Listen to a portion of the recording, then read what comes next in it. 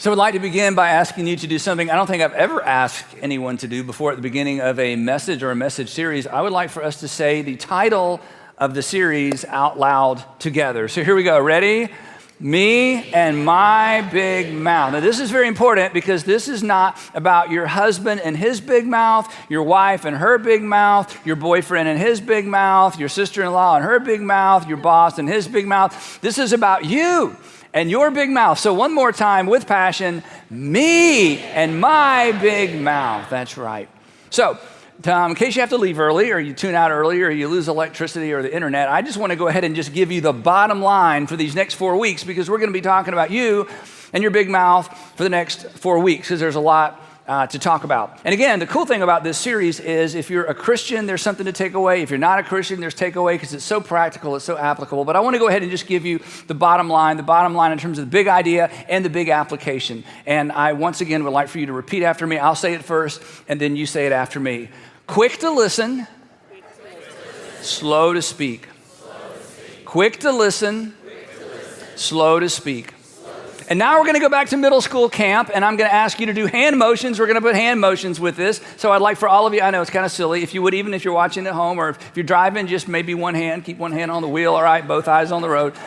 Just put your fist together like this in your lap or just kind of hold your fist. And when we say quick to listen, we're going to open those hands real quick, like quick to listen, okay? So here we go. Ready? Quick to listen, slow to speak. Keep those hands open. Ready? One more time. Ball them up. Ready? Quick to listen, slow to speak. Now, why do we do that? Because when you're in conflict, you're having an argument, you're having a difficult conversation with somebody, you know what happens? You don't recognize this, we don't realize this, but it just happens. Our hands, they do this. They close up. And when they close up, it means our minds are kind of shutting down and our ears are, shutting down and our heart's shutting down. We're just kind of closing up. And the reason in conflict, especially verbal conflict or an argument or we're listening to somebody and we're just, kind of building up all this stuff on the inside, the reason that happens, the reason we close up is because, and this is the interesting thing about all conflict, is because we want exactly what the person we're having the conflict with wants. We actually, both parties want the very same thing. Both parties want to be heard, right? I want to be heard. And more than heard, I want to be understood, right? I want you to be quick to listen to me and I want you to be slow to speak, but you want me to be quick to listen and slow to speak because you want to be heard and understood. I want to be heard and understood. It's like we're saying, look, we may not ever agree, but you've got to listen to me. We might not ever agree on how to parent. We may never agree on this decision at work. We may never agree on what I should major in. We may never agree on whether he's right for me or she's right for me. We may never agree, but come on, at least listen to me. And if you have to say something, if you're going to interrupt, if you have to interject, if you say something, then say something that lets me know you heard me, even if it's a grunt, even if it's an uh-huh or an ah. I mean, just if sound is going to come out of your mouth, I don't want you to argue with me. I want to know that you've heard me. After all, see, I can't really hear you till I feel like you've heard me. And you can't really hear me until you feel like, to some extent, I've heard you, right? So real quick, one more time, all right? We're going to do this for 4 weeks, and this is going to be great. Some of you are going to be doing it at home, under the table, dinner table, at the office. You're going to be like this in one hand. Okay, so here we go. Ready? It's all together. Ready now? Quick to listen, slow. And this time when we say slow, we're going to say slow. We're going to drag it out. Ready? And I know what some of you are thinking. You're already thinking about it's not you and your big mouth. It's why aren't the high school students in here on the front row? And why isn't my middle school daughter sitting beside me today? And why didn't my husband? Okay, but this is about you. Ready? Here we go. Ready? Quick to listen, slow to speak. That's good. That's really good. I'm just telling you, if we stopped right now, this is a game-changing idea. I mean, this is so big. And especially if both parties are into this, I mean, what can you not accomplish if both people decide I'm going to be quick to listen, but slow to speak? Now, if you grew up in church, you may recognize that I didn't make this up. I actually stole this. I plagiarized this from a very famous person. His name is James, and James had an even more famous brother whose name was Jesus. James, the brother of Jesus. Again, can you even imagine growing up with Jesus as your big brother? But he did. And James, this is cool, especially if you're not a Christian or you left church for some reason and you read something and somebody told you it's not true, or I don't know why. In fact, if you're not a Christian, I believe you have a great reason not to be, or you would be. So I accept your reasons. But you may not know this. James, brother of Jesus, actually lived in the first century, and he doesn't show up in the story of Jesus. He shows up after the story of Jesus because James thought his brother was crazy. Of course he did. I mean, if your brother claimed to be the son of God, you're like, you're not the son of God. I mean, you're the son of Joseph, but you're not the son. So anyway, after the resurrection, because that's pretty convincing, when you stand with your mother and you watch your brother crucified, and then a few days later, you have breakfast with him on the beach. You're convinced. It's like, okay, I can't explain it. So James emerges in the first century as, get this, the leader of the church in Jerusalem, like where all this stuff happened. So if you were to show up in Jerusalem and go to the first church of Jerusalem, James would be up there, doing the slides and preaching the message and leading worship. I don't know, but he was the leader of the church in Jerusalem. Now, James had an unfortunate ending to his life, and the New Testament doesn't tell us this story. Actually, a Jewish historian who wrote many years later tells us the story of what happened to James. And I want to tell you real quick, and then we're going to look at what he said, because this is fascinating. Around 62 AD, this is about 30 years or so after the resurrection of Jesus, James is leading the church in Jerusalem, and James believes in the resurrection, and he keeps teaching about the resurrection. And the high priest at the time, a guy named Ananias, did not believe in the resurrection. He didn't believe anybody rose from the dead. He was a Sadducee, and the Sadducees believed that once your life was over, it was just over. You lived for the pleasure of God, and then boop, lights out. That's the end. So he was sad, you see, because he did not believe in heaven I know, I didn't make that up either. So that's an old theology joke. So he was sad, you see. That's how you remember what the Sadducees believed. They didn't believe there was an afterlife. So the high priest Ananias decides, I got to get rid of James, but people love James. I'll tell you why in just a minute. So the Roman governor of Judea dies. His name was Festus. Festus dies. They're waiting for Rome to send another governor. Well, if there's no Roman governor and there's no Roman oversight, the high priest is the guy. So during this gap in leadership, Ananias decides, this is my chance to get rid of James. So he accuses James, the brother of Jesus, 30 years after the resurrection, of breaking the Jewish law and violating the temple. And he has him arrested. He brings together the Supreme Court, the Sanhedrin, and they have him condemned, and they stone James, the brother of Jesus, to death around 62 AD. Meanwhile, Albinus, the new Roman governor, shows up, and the citizens of Jerusalem who loved James, they tell him what happened because it was an illegal trial and it was an illegal execution because the Jews didn't have permission or the right to execute anyone. We see that in the story of Jesus and his crucifixion. That's why they went to Pilate, to get permission. So anyway, the new governor, are you keeping up with this? Anybody know all these names? Yeah. The new governor, Albinus, finds out, and he takes Ananias, the high priest, and he takes him out of his post as high priest and throws him out and puts in a new high priest. But not before James, the brother of Jesus, was stoned to death for believing his brother was his savior. You should just sit on that a little bit if you're a bit skeptical about Christianity. I understand that. Now, the reason this was such a big deal in Jerusalem is because James had a nickname. Talk about bad things happening to good people. James was such an incredible man. His nickname was Just.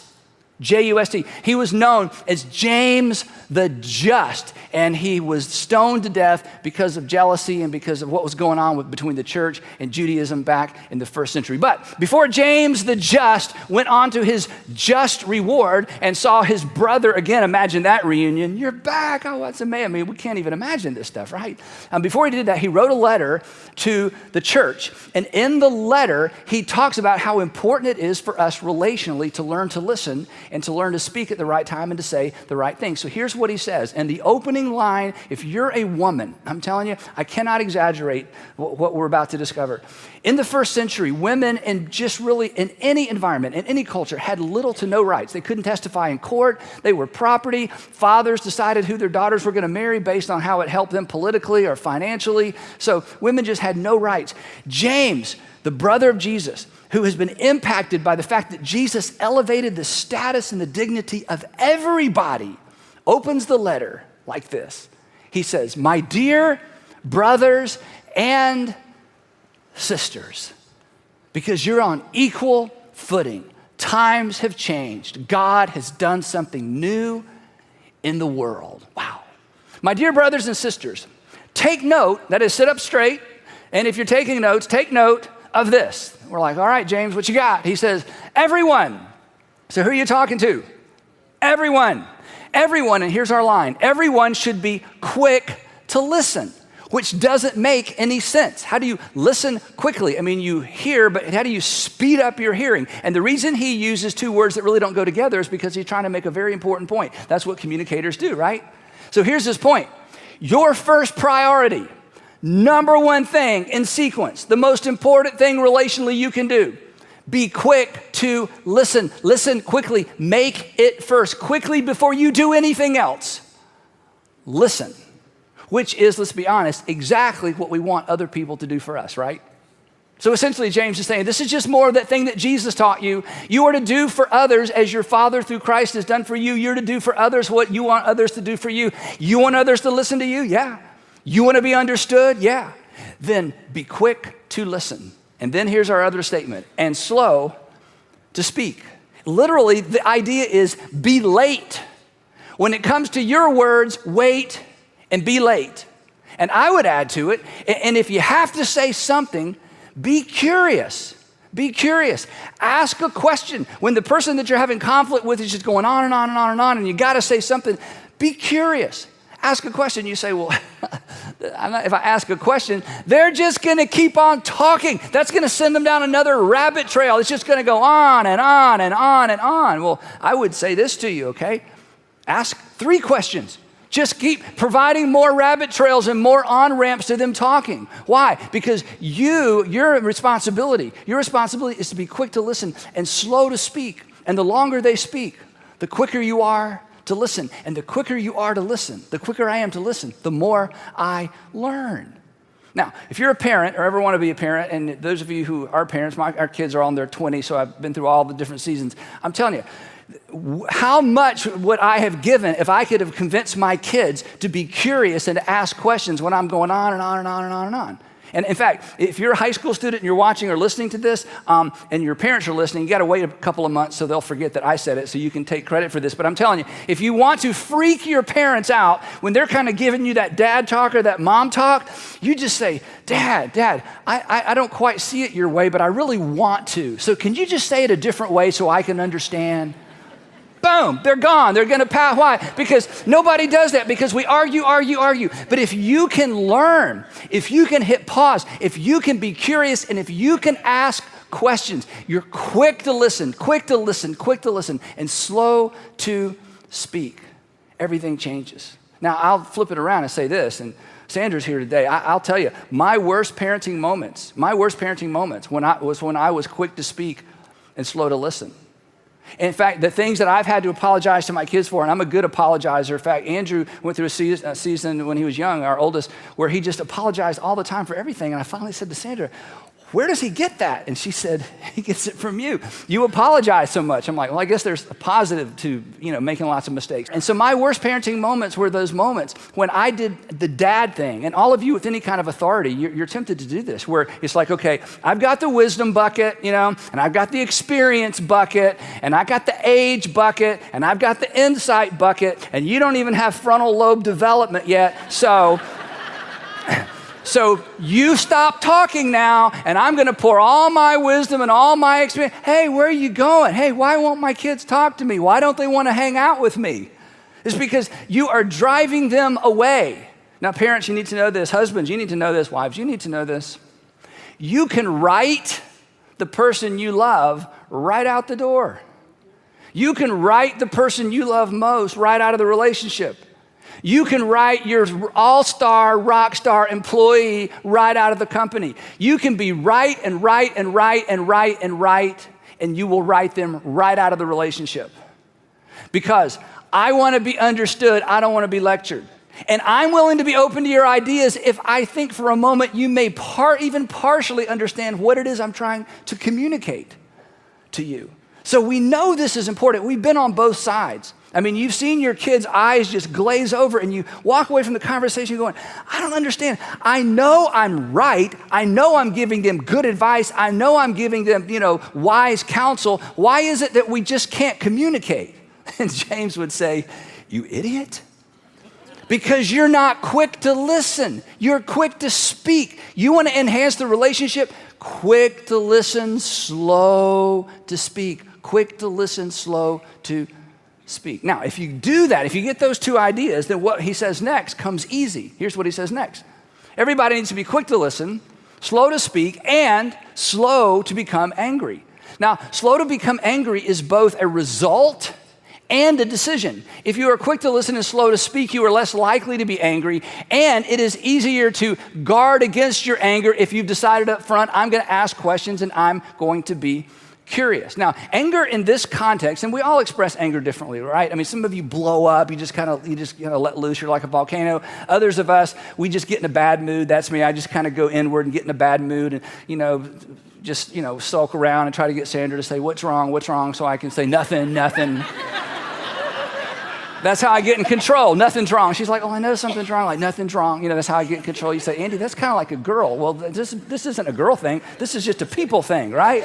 We all go one way or the other. We blow up or we go inside. But the point is, he's saying, look, that's so bad for your relationships. And one of the ways to bypass blowing up or just becoming passive aggressive or just being sulky, moody, and trying to get in control that way, he says, is you've got to understand where the other person is coming from. Quick to listen, slow to speak. But anger, in the context of what he's talking about, is really more anger like this. It's drawing hasty, misinformed, relationally destructive conclusions. That is, jumping to hastily and misinformed and relationally destructive conclusions. So here's his formula. It's kind of a formula. The longer you listen, the more you'll learn, the less angry you'll be. The longer you listen, the more you'll learn, the less angry you'll become. Now, here's why this works. And what I'm about to tell you now, this is just common sense. If you're taking notes, you're not going to need to write this down. This is like, really? You're wasting our time telling us this? This is one of those things that's so obvious, but every once in a while we need to be reminded of what's obvious so we can keep it front and center, so we catch ourselves when we begin to depart from what we shouldn't depart from because it's so obvious nobody should have to tell us. And here it is. Everything that everyone does makes sense to them. That is deep. Isn't that deep? I got like a groan down here on the front, like, whoa, yeah. Everything, this is worth getting up and listening to. Everything that everyone does makes perfect sense to them. It gets worse. Everything that everyone says makes sense to them as well. Okay, and if you're not a Christian person, what I'm about to tell you, I promise you, we believe from the top of our head to the bottom of our feet. It's why you will never feel judged in our churches. Everything everyone believes makes sense to them as well. So here's the thing. When you say, or when you think, because most of the times we think it, or sometimes we'll say it not to the person we're in conflict with, but we'll say it to somebody else, because we do this a lot, especially around political things or religious things or sometimes money things. When you hear yourself saying, or when you catch yourself thinking, I don't know why they would do that. I don't know why they would say that. I don't know why they would believe that. Who needs an education? I'll give you a hint. I don't know. I don't know. I don't know why anybody would do that. Well, who has the problem? Well, I don't know. Well, I think maybe you need to have some learning to do. Oh, I'd just rather be critical. Well, yeah, of course it's more fun to be critical or to just think they're idiots, right? And if you get an education on why they're doing what they're doing, not only will it make more sense, you might join them. Well, we can't have that, so I'll just be ignorant and hang around with people who think like I think, see the world the way I do, so we can all just sit around and go, can you believe that? Why would anybody do that? Why would anybody believe that? Why would anybody say that? Well, guess what? Newsflash. They all have perfectly good reasons for what they do, what they say, what they believe, just like you have a perfectly good reason. Everything everybody does makes perfect sense to them. So, if there's something you don't know, I can't believe my son would do that. Why would my son do that? Why would my daughter? Why would my wife? Why? If there's something you don't know, you need to, that requires questions, not declarations, not little mini sermons. Not proclamations, not here's a bucket of wisdom to duck on you, honey, to drop on you, honey. It requires questions. And we get back to what James says. So, I got an idea, he says. Why don't you be quick to listen and learn? Why don't you be curious? Why don't you ask questions? Why don't you be quick to listen, prioritize listening and learning? And slow, I mean wait and be late slow in what you say in response. Now, some of you from my generation, you may have grown up and read Stephen Covey's book, The 7 Habits of Highly Effective People, or you may be in your 20s and have read it. It's such a fabulous book. It's so principle-centered. And of course, Stephen Covey was Mormon. His family was Mormon and read the New Testament, so he may have gotten this from James. I don't know. But the 5th habit of the 7 habits of highly effective people, Stephen Covey basically says the same thing. Here's the way he says it. I thought this might be helpful. He says this: seek first to understand, then to be understood. There it is. Seek first to understand. That means I have to ask questions. It means I need to listen. And then only when I understand do I seek to be understood. The way I try to do this, and I don't get this perfect, and I as a parent, I just so struggled with this. I decided I'm not going to criticize anything I don't understand. I'm not going to criticize any idea I don't understand. And I'm not going to criticize anybody if I don't know their story. And once I decided that, I became a better learner of people and a better understander of ideas. Because if somebody holds an idea, a persuasion, or opinion, it makes sense to them. And if it doesn't make sense to me, who am I to criticize something I don't even understand? And the thing is, when we're in conversation, when we're in conflict, when we're just listening to reply rather than understand, we don't learn anything. And if you're not learning anything, it's going to be hard to make the relationship any better, because you know this, we all have a frame of reference. We all have a frame, we all have a filter, and every word you speak to me comes right through my filter. My age, where I went to school, how I was brought up, everything, all my filter, and I hear your words through my filter, and chances are I'm not going to understand you correctly. So I am a fool to judge you, and I'm a fool to criticize you until I understand you, which requires more listening than speaking. Quick to listen, quick to listen, quick to listen, quick to listen, quick to listen, slow to speak. Now, if we stopped right there, that's pretty good, isn't it?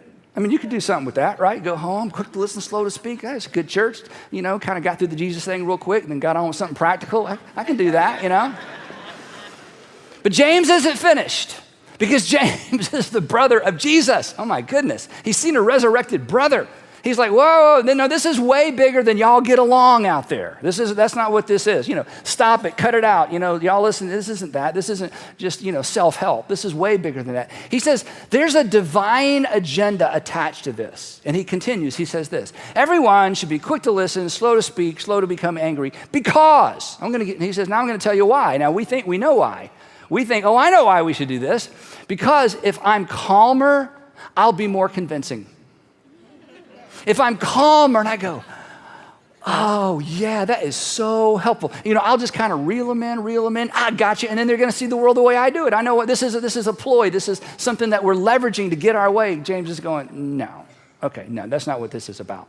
Let me explain to you, James would say, why this is a big deal. He says, everyone should be quick to listen, slow to speak, slow to become angry, because, tell us why, James, because human anger.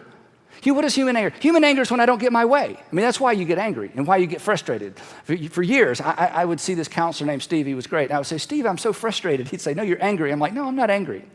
I'm just frustrated. He's like, what's the difference? I'm like, well, sounds better. It's like, I'm just frustrated. He says, no, you're angry, okay? So he says, James' point is, look, human anger, and we all know it's just that frustration. Sometimes we blow up, sometimes we internalize. He says, human anger that results from, talking all the time and not listening very much. Human anger does not produce or does not result in or does not cultivate, does not produce the righteousness that God desires. It's like, what? He goes, yeah, see, there's 3 agendas here. Andy, there's your agenda, there's his agenda, because you're back and forth, and then there's God's agenda. And as long as you're trying to be right and convince him you're right, that's your agenda, that's your rightness, that's how your rightness connects to your words. And that other person is trying to be right, and God has an agenda as well. And your anger or your frustration not getting your way or not being able to convince them, and her anger or his anger and not being able to convince you that he or she is right, neither one of those rightnesses is what God is after. God that says, neither of your rights are right. We got to look at a different right. That there's competing agendas, conflicting agendas. My anger not getting my way and trying to convince you and convict you and control you and persuade you, my anger produces the rightness or the righteousness that I desire. And that's what the word righteousness means. It just simply means rightness. And do you know what my rightness is? My rightness is simply this. I know I know I'm right. That's my rightness, my righteousness. That my anger produces my rightness. I know I'm right. I want you to know I'm right. And I want everybody to know I'm right. And my anger and my frustration and my persuasion skills produce my rightness, my righteousness. And James says, that's not the righteousness or the rightness that God is after. That's not the right. And this is what he draws us into. And this is so big. We're going to come back to this in a couple of weeks. He says this. He says, let's be honest, folks. You want to be right at each other. God wants you to be right with one another. Big difference. You want to be right at one another. I want to convince you that I'm right, and I want you to finally throw up your hands and say, you're right. But let's be honest, okay, for those of you who are in relationships, okay, when you win an argument, do you really win anything? No, I mean, you win the argument. It's like, I won the argument. Where is she? I don't know. She left. But I won the argument. Yes, you won the argument. You lost the relationship. Oh, yeah. Again, parents, you can write your kids right out the door. And James is saying, come on, because he's talking primarily to Christians. He's going, Christians, come on. That's not what God wants. God isn't on your side or the other side. God doesn't take sides. God comes to take over, and he comes to take over your life. And he doesn't want you to be right at each other. He wants you to be right with one another. And now he draws us in to Jesus' great commandment. You know, Jesus gave the one command instead of the 10 commandments. He gave the one commandment that was the overarching ethic for all of Christian behavior. And that is, as I have loved you, you are to love one another. And the interesting thing is this, when you read the New Testament, Jesus did not come to be right. That would have taken about 30 minutes, right? He shows up, he gets everybody together and says, I'm right. Any questions? And then he could do all of his zingers and his snappy answers to stupid questions and all that stuff he did with the Pharisees and Sadducees, where he made them all just kind of left them spinning in the wind because they tried to track. I mean, if Jesus just came to be right, it would not have ended with him being crucified. Jesus didn't come to be right. And he says to you as a Jesus follower, and he says to me as a Jesus follower, and Andy, your goal and your mission in life isn't to be right either. You're to embrace the mission of your Savior. He did not come to be right. He came to reconcile us to God and to one another. So he says to me, and he says to you, quit being right at each other, and you figure out how to get right with one another. How do we do that, James? I already told you. Quick to listen, slow to speak. Quick to listen, slow to speak. If the two of you, he would say, aren't right, it doesn't matter who's right. You don't win a relational argument. You don't win a fight in a marriage. There is no winner if things aren't right between you. In fact, being right can actually make things worse. Quick to listen, slow to speak. Then he continues, because he's still not done. This is so rich. He says, therefore, now that we know what the goal is, now we know what the application is, let's just take this one step further, because there's something else you need to do if this is going to work. He says, therefore, get rid of all moral filth. Now, this little phrase right here, get rid of, in Greek is the word that you would use for taking off a jacket or taking off a coat. Hey, come on in, take off your coat, relax. Take off your jacket, relax. Take that off. He says, come on. He says, you're walking around with an I'm right jacket. You're walking around with an I'm right coat. It says right here, I'm right, or just inside, I'm right. You're right. So your whole goal in life and relationships, if you're not careful, is just to prove to everybody that you're okay, you're cool, you got it going on, and that you're right. He says, okay, you got to take that thing off. You got to take that thing off. And the reason he says moral filth, this just sounds so big and nasty and dirty, and here's why. You know this. Self-rightness, the Bible term is self-righteousness, but that sounds so Bible, so let's just make it, bring it into our world. Self-rightness, I've always got to be right, quickly becomes a moral issue.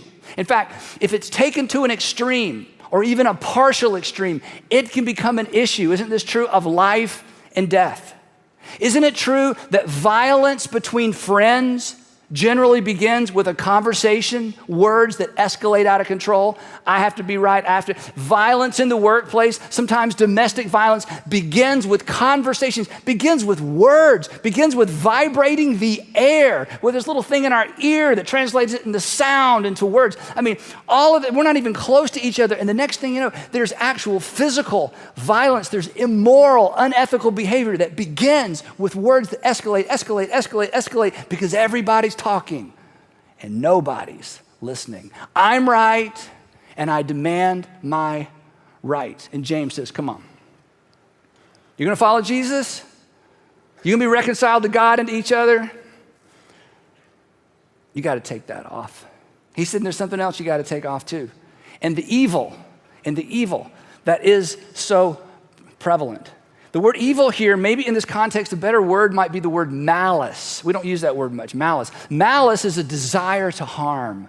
Malice is a desire to get even. Malice is a desire to get back or to pay somebody back. He said, and that's what epitomizes your culture.